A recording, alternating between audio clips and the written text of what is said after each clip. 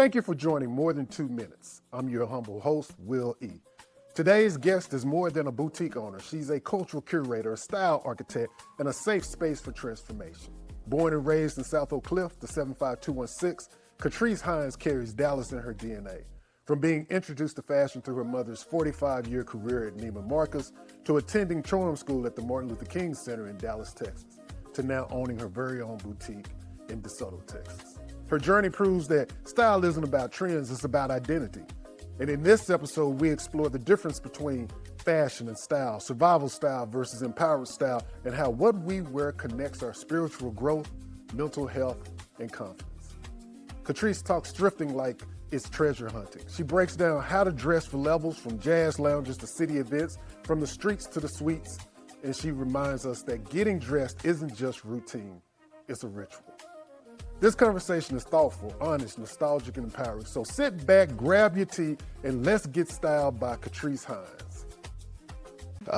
And fashion, that's huge these days, because fashion it can either make you or break you, it seems like, especially in this generation, this time where so much is discovered online. There are so many influencers, and fashion seems to move at a neck break pace.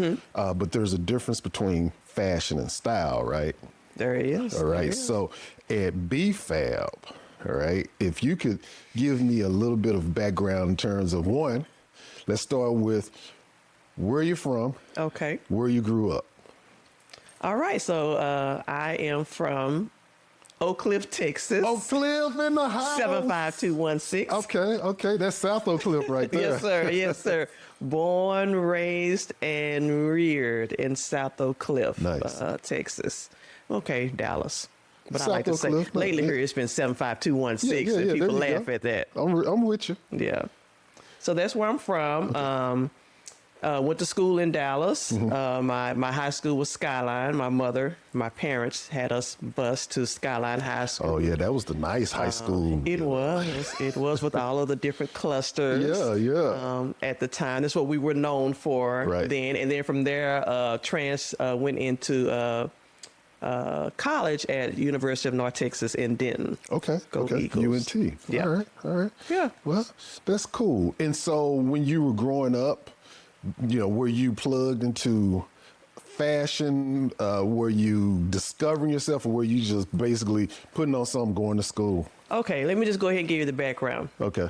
My mom worked for Neiman Marcus. Oh, there we go, right there. So she worked for, matter of fact, she worked for them for over 45 plus years. So that was our first introduction into fashion. And that's the Neiman Marcus downtown. She worked in the buying office. Okay. And just FYI, that's the only place that they would allow us to ride the city bus. Really? Downtown to her job, go through the employees' interest, up to the 7th floor to her office. But that's kind of our introduction into fashion. Okay, so you were rolling in the Skyline looking just BFAB. Yeah, right? Well, now, that don't mean we dressed all the time. Okay.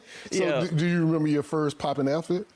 I do not, but I remember some of my favorites. Okay. At Skyline. Now, y'all know jeans were big then. Yeah. Y'all know jeans were big, and so we had to beg our parents, for designer jeans at the time. I don't know if you remember. I don't know, your age range or your background, but it was like Jordan. Yeah. Gloria Vanderbilt. Yeah. Braxton. You remember Braxton? Yeah, I remember Braxton, but I never had a Braxton. Oh, you didn't have I have any Braxtons.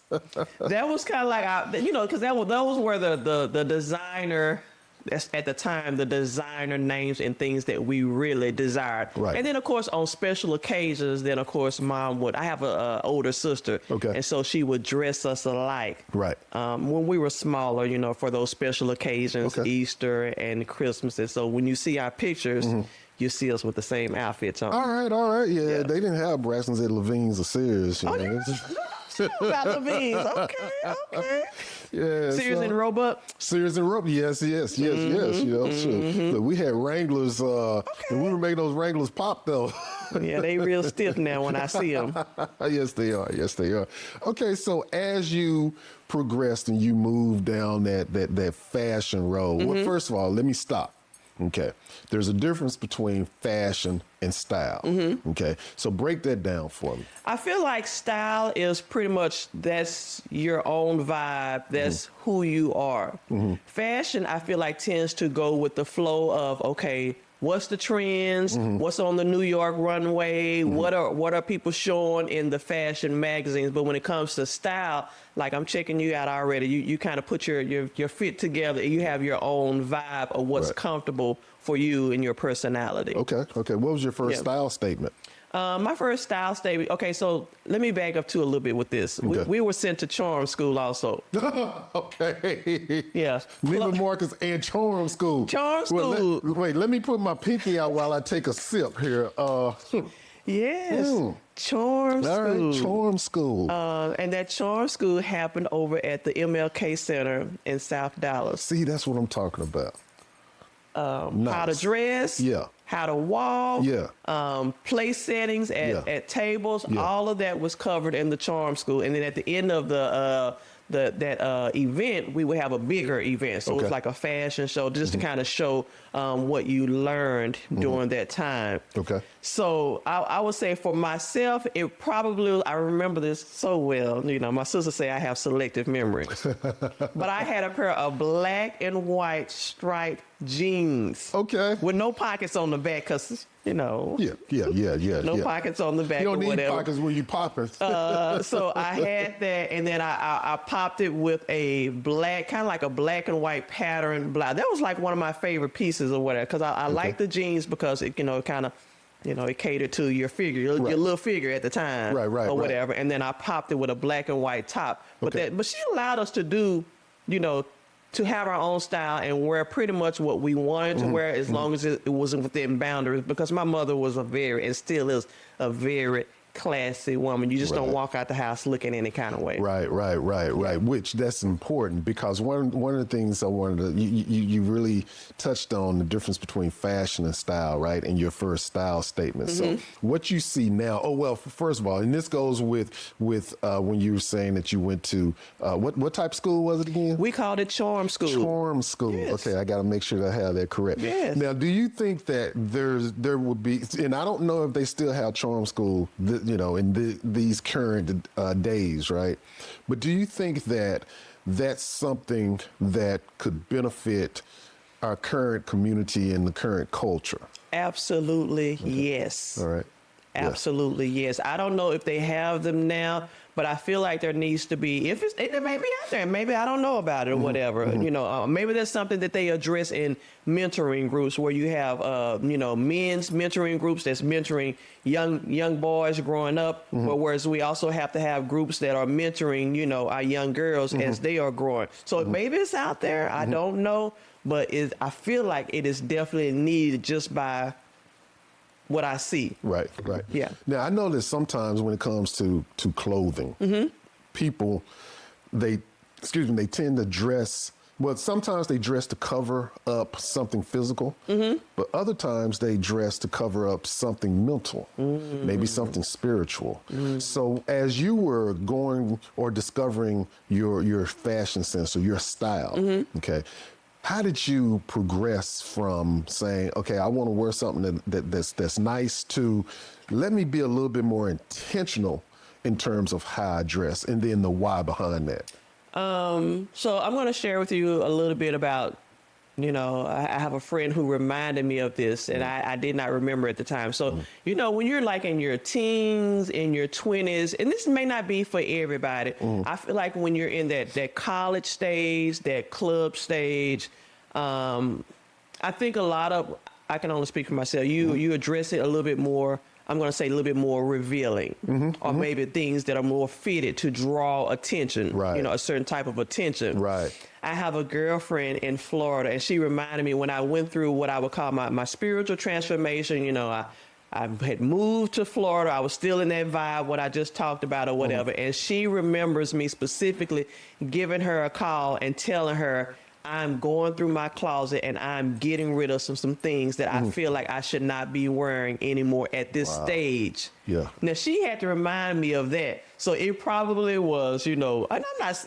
no judging or whatever, but it was probably like, little short leather shorts, leather shorts, a lot of fitted dresses or whatever. She specifically reminded me of that, but that was an indication of what was happening to me, in my spiritual growth. Right. Where I feel like, how I dressed in the early 20s, I just feel like the transformation that took place on the inside, there needed to be a representation on the outside on what I wear now. Okay. Yeah. And see, that's again, interesting that you said that, because in today's society, it's about attention or garnering attention or doing whatever, wearing certain things to get attention. And it seems to me that so many folks, and it doesn't matter if it's young or old, but it seems as though so many folks, if they want folks to see a certain thing and they're looking to mask something else. I wrote a book, Invisible Tears, Silent Joy, and the whole thing was about say that again. Invisible Tears, Silent Joy.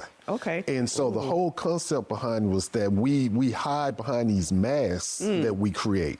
And it could be education. It could be the way you dress. It could be something you drive. It could be, something you live in, because you're trying to mask something so that people won't see your tears. And so they see something that represents joy. Okay, but you don't speak to it, so that's why it's silent. They look at it and they assume certain things. So as we transition this conversation to talk about fashion or style in relation to mental health. That's good. Because I think that when you touched on your spiritual growth, if everyone's honest, we've all gone through some degree of spiritual growth, and it touches and changes and it impacts every part of our life. So I know you have your shop, and your shop is in DeSoto. Correct. And it's at the Market Center in DeSoto. And so as people are coming in to your shop and they're talking to you because you're the subject matter expert, do you get a sense that they're shopping maybe they're lost in a sense, or maybe they're looking to discover something, but let's connect style with mental health. I think you get a variety of stories. I feel like when you slow down to really have a conversation with people, it gives them a safe place to begin to unfold of what may really be going on. Okay, so you're connecting, style and fashion to mental health. You do have a sect of people out there who maybe just have no idea how to put things together. And so when you can actually share that with someone of how to put things together, it makes a total difference. Now, I'm not saying you are what you wear, but first impressions are important. I think when you do look a certain way, it makes you feel better, even if inside there may be a lot of masked hurts and things going on. Right. So I feel like when you give someone a platform to share, to open up, to kind of really see what's going on, because I've heard a lot of stories, kind of like barbers and beauticians, when you sit in their chair, a lot of times they hear a lot of stories. And so just being able to have a platform just to encourage people where they are at the time, to connect with people and their stories. Yes, you are, sharing your tips and things on fashion, but I feel like a lot has to do with the building relationship, and hopefully someone, when they leave, they're feeling better about not just the connection, but what they purchased also. Right. So there's this concept, it's called code switching, where when people go into certain environments, they change the way they talk or they change their demeanor. So I guess that could also be about the way they dress as well. I mean, if someone wants to wear, if they're suited and booted in loud colors, and see, that's probably the wrong word to say it, I'm going to say loud colors. Okay, bright colors. Bright colors. Bright colors. And they go someplace else. And let's say it's a similar suit, but they change the color. They tone it down a little bit. Okay. Now, I wonder if the person is still, if they're basically switching to a different part of their authentic self, or if they're leaving their authentic self at home and then they're changing and they're saying, okay, let me fit in so I can kind of move in this space. I think you adjust to your environment. Okay. You know, certain things that I may wear, maybe if I'm going out to dinner with friends, I may not wear if I'm going to a State of the Union. Okay, right. So I spoke with you a little bit earlier about going to the State of the Union for a DeSoto. Right. I'm not going to wear the same thing there because I'm going to be around, you know, I'm going to be around city officials. I'm going to be around a lot of business people. So it depends on your environment, you know, but whereas I may wear something very, you know, bright and colorful if I'm going out to dinner with some friends type thing. Right. So I think you need to adjust to, you know, where are you going? Yeah. And what's appropriate for that environment? Yeah, because it's all about levels, right? And it's like being in a house, okay? One room represents one thing, another room represents something else. So in your closet, as you're putting your wardrobe together, it's all based on levels. And I think sometimes I see where people have one level. And it's like what they dress, you know, what they dress or how they dress or what they wear is what they wear and what they dress. And it's like, okay, well, they're not expressing all aspects of themselves. You need to be yourself. However, I just feel like you still need to adjust to your environment of where you're going. Right.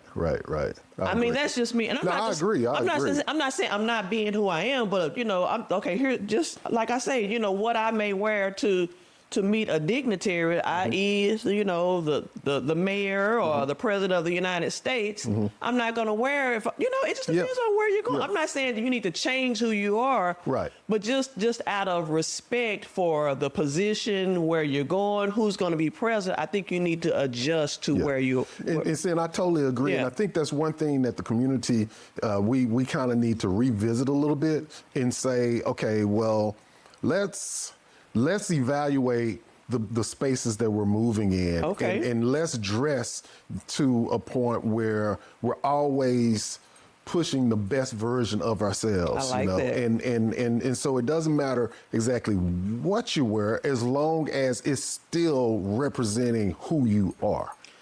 I think one of the things that I hear from, and I can't really speak to what the generation is. I think a lot of the message is, well, I'm going to be who I am. No matter, I'm not asking you to change who you are. Right. You know, I remember years ago, I did like a workshop on first impressions to a group of high schoolers, you know, whatever. So we were talking about, people say, well, you know, don't judge me. Well, first impressions, people, that's the first, before you even open up your mouth and have a conversation. Right. The way you look speaks for you. Yeah. So I talked about when you're going to if I'm going to an interview at Neiman Marcus, I'm probably going to wear like a suit, something really fashion conscious, but not real casual, versus if I'm going to an interview at Burger King or, you know, maybe somewhere, a Walmart, then maybe, okay, it's okay. You can wear just a nice pair of khakis, maybe a little polo shirt or whatever, but it's called adjusting to your environment and where you're going. People are going to judge you by what your first impression, and you don't have a second, third, fourth time to make a great first impression. Right. No, that's true. I totally agree. And I think that when it comes to style, right, moving away from fashion and incorporating more style in our day in, day out dressing, or, you know, how you present yourself, I think that helps you be authentic, you know, because you're not chasing anything. You're building out who you are. All right. So let's talk about your current style. You know, do you have style rules? I don't. Okay. I wear what I like. I wear what I like. I don't care if somebody says in style or not in style. Like, I feel like I don't have I'm not boho chic, but sometimes I can be. Okay, wait, hold up, time out. Okay. Break that down for somebody. Boho chic. Boho chic is not necessarily a lot of matching things. Okay, I got you. It could be a lot of different patterns. It could be something that's flowing. You know, whereas on another day I may be very Afrocentric. Okay. You know, but I don't feel like I have just one style. Whereas some people say, "Oh, this is my style." Yeah. I wear what I like. Yeah. So I'm getting the sense that you have a good time when you're getting dressed. Oh, you know? yes. Oh yes, I do. So let's talk about that. Okay. Okay. When people are getting dressed, all right. I know sometimes with me. Okay. All right. I wake up. Okay. I do my meditation. Okay. I do my devotion, and then boom, I'm running. And what I don't give enough attention to is slowing down and enjoying the process of getting dressed, because I read somewhere that process really can help set the mood for the day.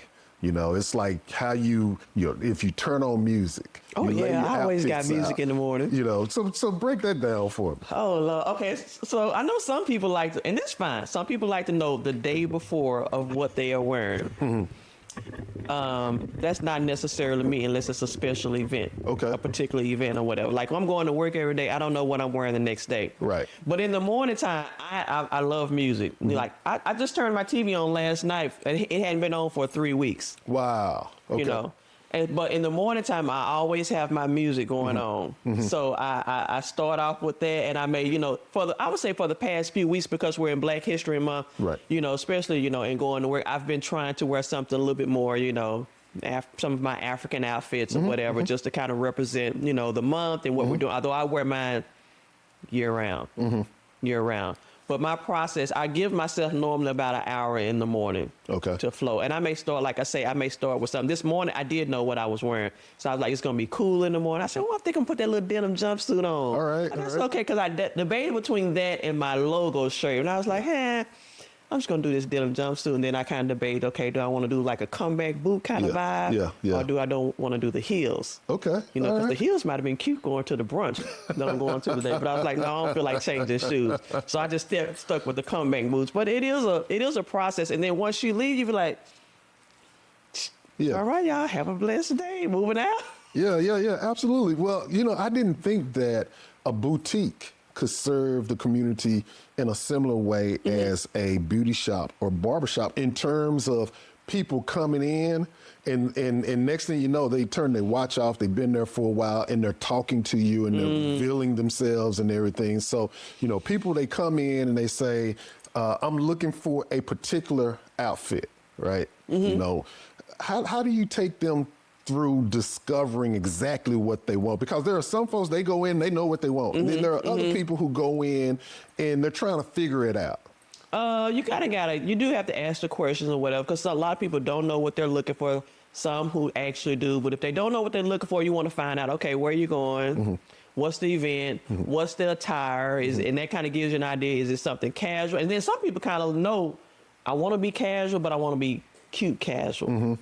So that could be, I could still wear some cute jeans. And I always tell people, dark jeans are a little bit dressier. Yeah. Dark jeans are a little bit dressier. And you can always do a dressy top, with denim. So you got to kind of ask questions and get a feeling about where they're going. Did they say it's a dress code, or did they not? Did they just kind of leave it open and then get a feeling about the look that they want to give? I've had people there coming in, they're getting ready to go to a concert or whatever. Right. I've had people try on stuff they would have never worn. Really? But I know it's a concert. Yeah. And so we're going to put this little fringe skirt on you. It's long. Yeah. And it was like, okay, I like this. And now we're going to go ahead and give you a little shirt. Right. And then you're going to accessorize. And then they leave feeling well. And I'm like, okay, send me a picture. Yeah. Because I want to see how you look, how you walk, what you did or whatever. I got pictures supposed to be coming today because people are wearing their African prints today. See, and that's what's popping right there, because that's the value between going to a boutique and going to some large store. Yeah. Because you go into a large store, the salesperson's coming there, they're simply trying to make a sale. They're trying to check you out. Right. But at a boutique, that's the experience, and I think that's what we need to in this day and age. We need more opportunities to connect, to mingle, to learn. And you talk about the barbershop, you talk about the beauty shop, you talk about the boutique. Okay, sometimes the nail salon. All of these places can be therapeutic. They can, and they are. And they are. So I know for me, I have a couple of power suits that when it's time. What color are those power suits? Blue. Okay. And powder blue. Powder blue. Powder blue. Talk to me about talk to me about that powder blue. That's different. There's a story behind that. But there's this concept I've been working on. All right, survival style versus empowered style. Okay. So I know that if I'm going in to make a presentation and I want to make sure that I take over the room. From the minute I come in, I want to make a statement. All right. So I have certain things that my go-tos. Right. All right. I'm always wearing pinky rings. You know, my dad, he told me, he's like, at one point in time, son, you will get to a point where you will be able to wear a pinky ring, and it will fit, you know, you. Okay. And so, you know, that happened maybe 6 years ago. Well, really 3 years ago. Right. Okay. And so now, with you, your empowered style, because I know you left survival style a long time ago, all right? You left that back in the, you know, in probably the neo soul days or before, right? But your empowered style, do you have a key or a signature piece that you go to when you're looking to make a statement? I do like to make statements when I show up at an event. Okay. I don't necessarily want to be, you know, bright and loud, but I feel, I like when I walk into a room or a space, I want it to be like, oh, wow, that's nice. Like, don't be a boutique owner and you just go up looking any kind of way. Right. So I'll give you this. So I've already thought about, I talked to you about this event coming up on Saturday. So yes, I could wear, you know, some of my African print items or whatever, because it's the, you know, it is an event, you know, celebrating Black history. But in my mind, I'm thinking, I may just put on one of my little black dresses and do a head wrap in the African print and just with the statement earrings. Okay. A simple black dress, every woman should have. Yeah. Because you can do a lot with it. Or whatever. You know, at least one. I got about 3 or 4. Yeah. I'm just saying or whatever. Okay. But I don't necessarily just have like, okay, I'm gonna always wear that if I'm going here. Like I said, it goes back to the event, the occasion, you know, and if they have told me that there is a particular, you know, dress code. I went to a birthday party about 3 weeks ago. Wait, they had a dress code at a birthday party? Yes, she did. Wow. It's like wear your bling. It was a bling and sequins event, and it says wear your best bling. Okay. And I was like, ooh, I started going through my closet in my mind. I was like, oh, I've never worn this. So I just happened to have an all sequin jumpsuit. Yeah. And I wore that. Wow. But I didn't want to wear that to the other birthday party because I just had it a couple weeks ago. So I pulled out a different jumpsuit for my mom's birthday party. But sometimes you can't have a dress code. People had on all type of little sequins. And did you have anything blingy if someone told you got to wear something? Men, you know. I do. You do? I do. Okay. I do. I got this bracelet, you know, that's reserved for date night. You know, and so it only comes out typically. Only comes out, you know, on date night, because I like the way that, you know, when the light hit it, bam. People get blinded when I come to a date night bracelet. Yeah, my date night bracelet. That's a good one. And then, you know, I have, like I said, I'm in the pinky rings. So I'm looking at finding different rings that kind of pop different ways, you know. And for me, it's all about how lighting or sunlight hits you. Maybe it's because of my background in music, or, you know, background as in terms of being a creative or whatever. Yeah, I have a lot of creative. Yeah, it's a lot of quirks, a lot of quirks. Now, I know that you talked about the leather skirts and different ways that people maybe they wear things that they should have retired. But when it comes to fashion pressure, because I know, I've got a 16-year-old, and I know that when I was growing up, there was a lot of fashion pressure. You know, if you weren't popping a certain brand of jeans, or if you didn't have your Jordans or something like that, you know, people tried to place you in a different space, or sometimes they even devalued you. Right. So, you know, as far as your experience, do you see people succumbing to certain fashion pressures? And if you do, what exactly is it? It doesn't seem as big as it was. Okay, that's good. When I was growing up, because now I don't even think it matters what the brand jean is. If it cute, if it fits you nice, Yeah. I don't even think it really matters. Yeah. And I'm the same way. I don't care if it's a brand name or not. Once it goes back, if I like it, I like it. Yeah. So I don't think it's as much pressure as it was then. Not to mention that maybe I was thinking about, I think one of the things we had earlier on had talked about is, schools having uniforms now.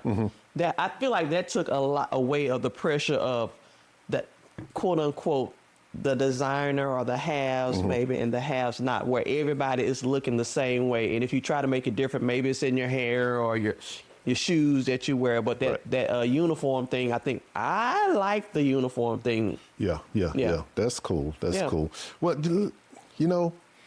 I have like so many questions I want to ask you about my personal style, but I'm not going to get into that. Well, I like the jewelry vibe going on here. I was like, It's good. I had to figure out which jacket to wear. I wanted to wear a different jacket, but I was like, nah, I'm going to burn up. So, but when it comes to budgets, all right, so this is what I want you to do. I got $100, all right? Take me through what I need to purchase or what I can purchase and how I can make it pop with that $100 budget. Are we looking casual or are we looking? I want to go to a jazz lounge. No, I want to go to a jazz lounge. I want to go and listen to some music at the greenhouse or something. Okay. I need you to have a night.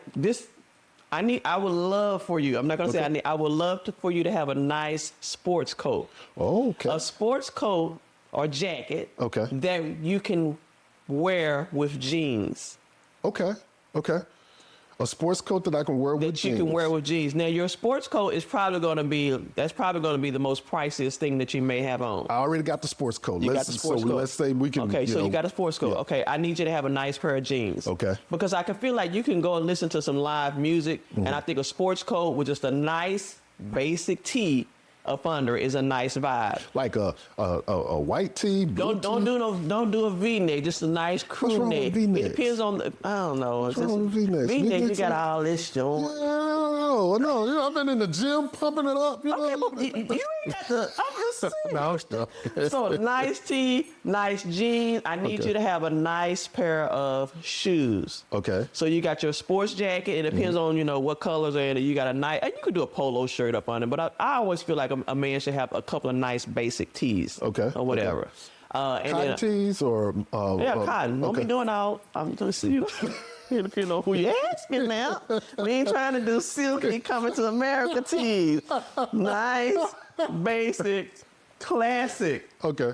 Oh, and have a nice white T-shirt up under it. Okay. Yeah. Okay. Yeah, I'm with that. Okay, because I think your sports coat is a nice. To me that speaks volumes. Okay. Like your nice jeans and just a nice pair of casual shoes. Okay. It doesn't have to be this brand, but my first thing that comes to mind is like a Kohan kind of vibe. Oh yeah, I love Kohan. See there? Yeah. See, it's just a nice shoe or whatever. Yeah. Nice shoe. It's not real flashy. No, it's understated. It's understated. It's understated. Okay, so accessories. One ring, two rings. Can I have rings on all 5 fingers on each hand, or do I need to calm it down some? Well, I want you to be you. I think you should have a nice watch. Okay. A nice watch. Nice watch. You can have a ring or two. Okay. But not too many. I'm not really a flashy person when it comes to. I've seen men that come because I see them all the time coming through or whatever, and they may have a nice. I like the gemstone jewelry. Okay. I do like that. I love the. I'm a very kind of Afro, so I like when it's kind of it catches my attention when I see he got like 3 or 4. Okay. Yeah. I like that vibe. Okay. So it just kind of depends on your vibe. I'm not really a flashy person, but I know some guys they like to have their basic necklace, But definitely a nice watch. Yeah. A lot of my stuff, though, a lot of my accessories, like the necklace I got, everything is about grounding. So I wear things that they have a meaning behind it. If it's a specific meaning, great. But hopefully I have a specific meaning and it's something that grounds me. Like hematite jewelry, it really helps calm me. It does? Yeah, absolutely. Crystals, I'm into crystals. I keep a crystal in my pocket. And yeah, it's all about, for me, just making sure. And sometimes it's psychological.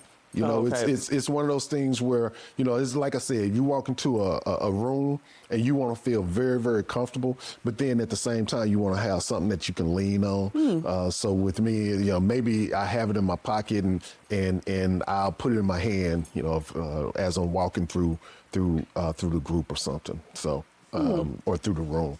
Now, let's get into something that's, for me, a little interesting. Okay. What's interesting for you? Systemic issues that influence certain communities and how they dress.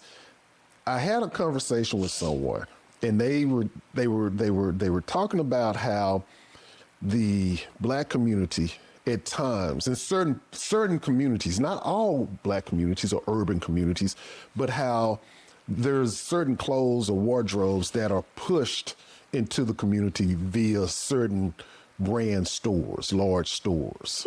So if it's like urban wear, all right, so maybe they'll send oversized pants to, you know, a particular store chain because some young men have a tendency to wear pants that are too big.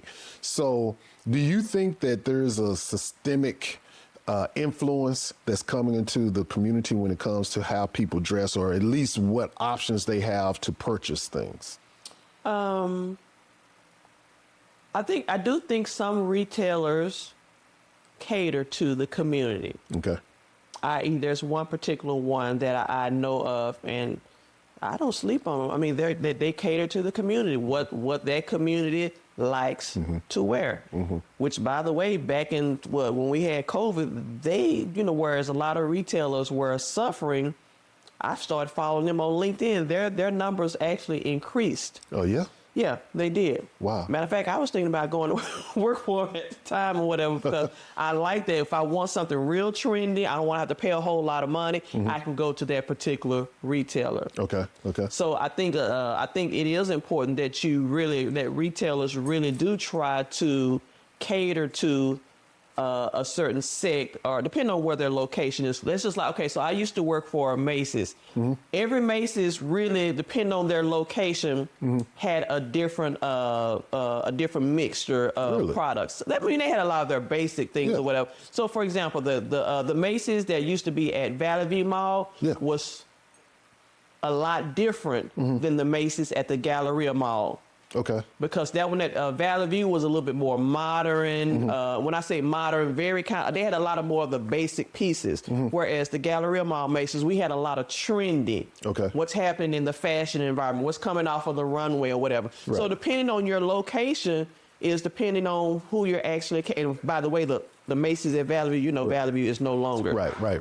Whereas that one at Galleria is still thriving. Absolutely. Okay. The one at North Park is still thriving. So location and what people are actually looking for plays a very important role in how a buying office decides what to put inside of a store. Okay. See, now that's important information. I didn't even realize that was even the case. Yeah. That's very, very interesting. Okay. So now, as we get to closer to the end of our time together, conversation, I like to play this game called This or That. Did you create this? Yes and no. Oh, okay. Yes and no. Okay. Yeah, the yes part is I put my own spin on it. Okay. The no part is it comes from one of my favorite songs from back in the day. You can get with this, or you can get with that. Oh, I remember that song. Okay, all right. So the this and that, the fashion, Okay, fashion version? Fashion version. Ooh. Okay, so Korokana or Fubu? Fubu. Why Fubu? I like the slogan, for us, by us. Okay, I give you that. I like the slogan, it's for us, by us, created by us. Yeah. Nice. All right, baby fat or fat form? Baby fat. Why baby fat? I just like some of the pieces, like more of the pieces that they put out. I'm just not into, I mean, I just, the word fat. I got you. I like the other one better. I'm just saying, that's just a preference. Cross colors or Coogee? I like Coogee. Okay. Even though those are both kind of similar, Coogee, I remember it was just all of the bright designs and the textures that they had, and that just drew my attention a little bit more. Now I got a question about Coogee because, okay, you're right. I agree that cross colors, definitely. Cross colors and Coogee, they're similar, but Coogee is still alive. It thrives in a different type of community. I mean, it's. I've seen celebrities, still rocking it. I've seen some executives. Who rock it. So why do you think Coogee was able to survive and elevate, whereas cross colors kind of disappeared? Maybe it depends on who. Sometimes it depends on who's representing you, who's wearing your product. Okay. Or what have you. Like I can be out somewhere. Oh, I didn't even share that part about me. I love thrifting. I can be out somewhere and I can spot. I'm like, that looks like a Coogee. The design is very distinct. Yeah. I feel like, and so I can actually spot it when because sometimes I shop by patterns when I'm going through. Okay. And it just draws my attention. So it could be, the pattern. It could be who is still repping, your item, and that brings a lot of attention, especially on social media. Right. They see and they give credit to that, and it's still thriving. That's true. Still going. Yeah. That's true. Now, before I continue this or that, let's talk about thrifting and the value of thrifting. Okay, so I don't want to get into specific shops or places. Okay, I'm not gonna do any plugs here, but take me through the value of thrifting. Baby, it's a whole nother world out there. I never, you hear me say never. Never. I never pay full price for anything. Really? And the value of thrifting, everybody, each to his own. I know some people, they don't like that or whatever, but I'm just saying there are places that you can go. I mean, even some of the retailers donate things that still have tags on them. Yeah. Still have tags on them. I have actually ran stores for huge nonprofits where I see things that come in. I have a little bit of BFAB too, where I have a customer that's looking for that, and then I have a customer who they love retailers. So let's confess it. Wow. Okay, when the cameras go off, I'm gonna need a couple of places to go to. Go pop. Okay. See. Go back to this or that. I'm sorry. Yeah, we're gonna go back to this. I forgot to share that in my intro. I am a thrifter. That's important to know. All right, so now it's still style version, okay, fashion version, but we're gonna kind of turn the corner a little bit. We're at an intersection. All right, 90s R&B. I think that when it came to style, fashion, the way they dressed.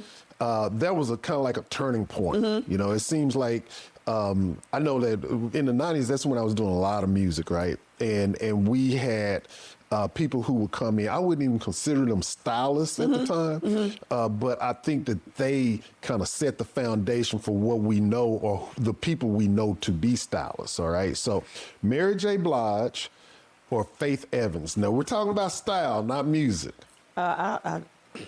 Faith, I don't know. I don't really have a vision of Faith Evans, but I'm a Mary J. fan, so I can't really speak to that. Okay, those boots that she's been over the past few years, it's like, okay, that's that grown woman look right there. Okay, Mary J. for me. Brandy or Monica, and this is interesting because they're on tour together, and it seems like they're on different schedules as far as the clothing or the wardrobe selection.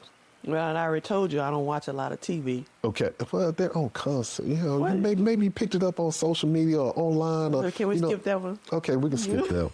Okay. What about Aaliyah SWV? I'm an SWV fan. Okay. I'm an SWV. So you're going to go with SWV. Yeah. All right. Lauryn Hill or Erykah Badu? I'm Erykah Badu. I'm Erykah all day. Erykah. Let me talk about Erykah. Okay, go ahead. I like her. Okay. I like her style. Right. Like before I went natural, I love looking at her with those hair wraps. Yeah. And I don't even really consider myself a neo soul, but I just think she's a beautiful woman, and I love the way she would always look and express herself. Yeah. I think the way she's fearless in her music. Okay, and not just the lyrics, but the sounds. You know, the way she pulls sounds together. But then when you start talking about the whole entire presentation and presentation from the vibe of the clothing, the accessories, the shoe game, you know. Oh, you know about some Erica? Oh, you've been studying some Erica. I got stories. Sure. You know, everybody in Dallas in the creative scene, they bump into somebody, you know, one or another at some point in time. You know, but yeah, but I think Lauryn Hill, she has a very distinct style as well. You know, I got to ride with Erica because, you know, she's a child of South Dallas. Southside. But when I look at Lauryn Hill, I remember when she was rocking her dreads, and I was like, okay, there's a message there, there's a story there, and that's the other thing, because I think that your style tells a story, and one thing with more than 2 minutes, it's all about storytelling, and so you cannot say a single word to anyone, but you can tell them your whole entire story by you know how you show up. So yeah, Erykah Badu. Okay, so this is gonna be one. I really want to see how you're gonna react on this one. Usher or Genuine? I don't even know who Genuine is. So you got to go with Usher. I'm gonna have to go with Usher. Okay. So he got some good songs out there. I told you, I'm a little green when it comes to, you know. What about D'Angelo? Oh, no, did I you like the way that his, because the one thing I loved about D'Angelo was the way he put that scarf underneath the fedora. Yeah. I'm like, everybody can't do that. Yes. You know, I know when I tried, it you didn't tried work. Yes, I did, but it did not Didn't work. work? Oh no. No. I thought I was gonna get kicked out the house during that era. Well, keep playing with it. You never know. Well, I love hats. I love hats, and one of the things that I'm doing more of is introducing different types of hats. Okay. You know, because for years and years and years it was the newsboy. Okay, so and baseball caps, I think they have their place, but at the same time, I think you have one baseball cap. They're all the same. You know, it's just different colors and different way that you can wear it. But you start talking about the different types of fedoras. You know, you start. I don't even want to get into it. Yeah. Okay. TLC or Destiny's Child? TLC. TLC. Yeah, I like that vibe. Was it Left Eye that? It was Left Eye. Yeah. It was Left Eye. We saw this, and I know it's been a long time since you watched TV, and it's probably been even longer since you watched videos. Yes. But we watched this old video, music video, TLC, and I forget the name of the song. Oh my gosh, I have to think about it. Come on, so you can sing it. No. But she was sitting on a stool, and I've seen this video so many times, but she had her pants halfway down and she had some shorts on with some boots. And I was like, oh my gosh, that is popping. You like me. I go places, I'm looking at what they got on. I just like it's like a barber. When a barber goes places, they be looking at, oh, that's a bad haircut right there. Oh, that's Yeah. It's what See, that's the one thing I don't have to worry about when it comes to barber. No, you don't. You know, I got to worry about the shine because I can blind someone come out. It's like the sun coming out sometimes. It's like, whoa, come on, man. What type of liquid did you put on your head? Okay.